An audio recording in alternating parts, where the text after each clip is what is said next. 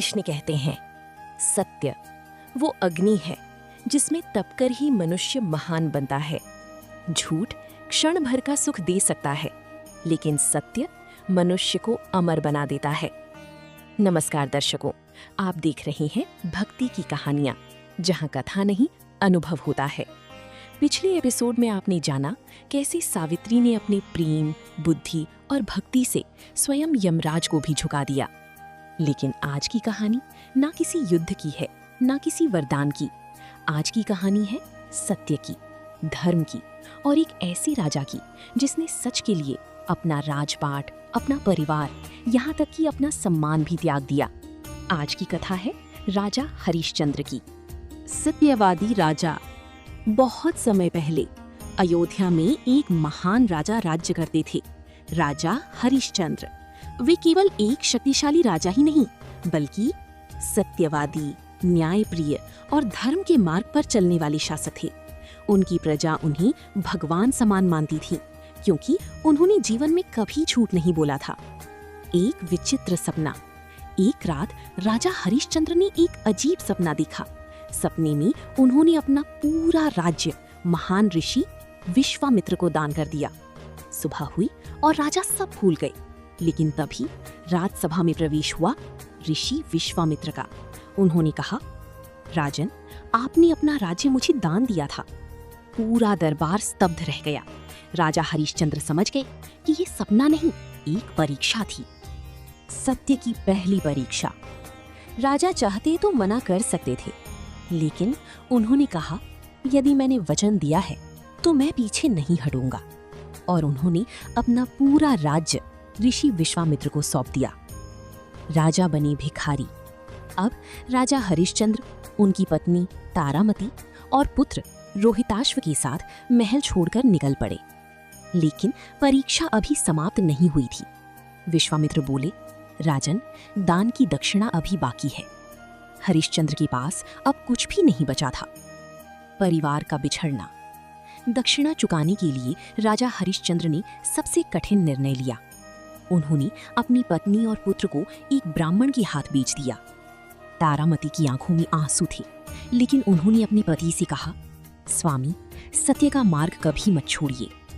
शमशान का सेवक। फिर भी दक्षिणा पूरी नहीं हुई। तब राजा हरिश्चंद्र ने खुद को बेच दिया और वे बन गई एक शमशान घाट की सेवक।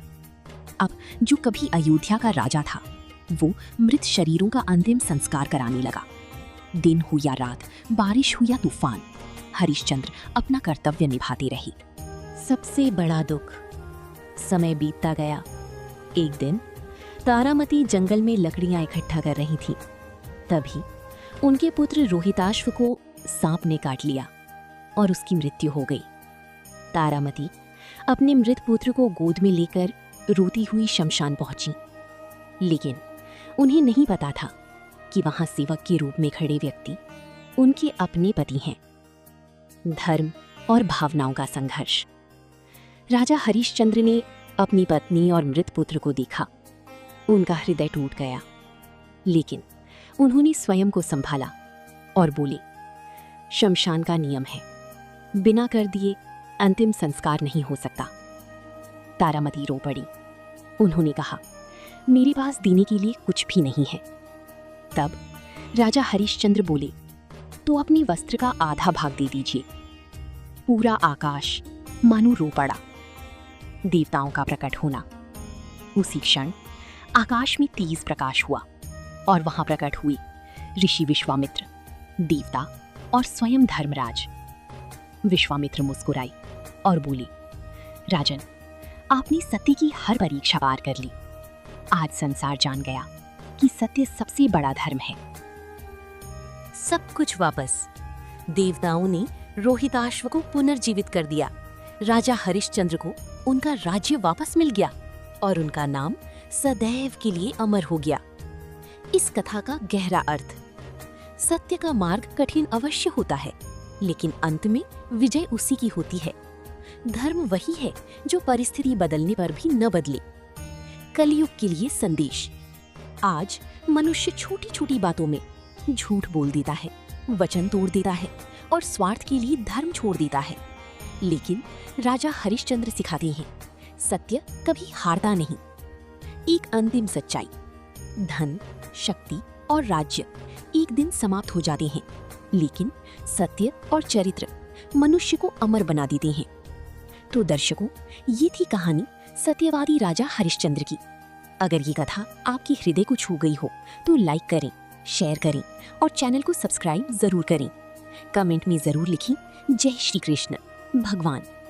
हम फिर मिलेंगे एक नई भक्ति कहानी के साथ। तब तक के लिए धर्म की मार्ग पर चलती रहिए और भगवान पर विश्वास बनाए रखिए।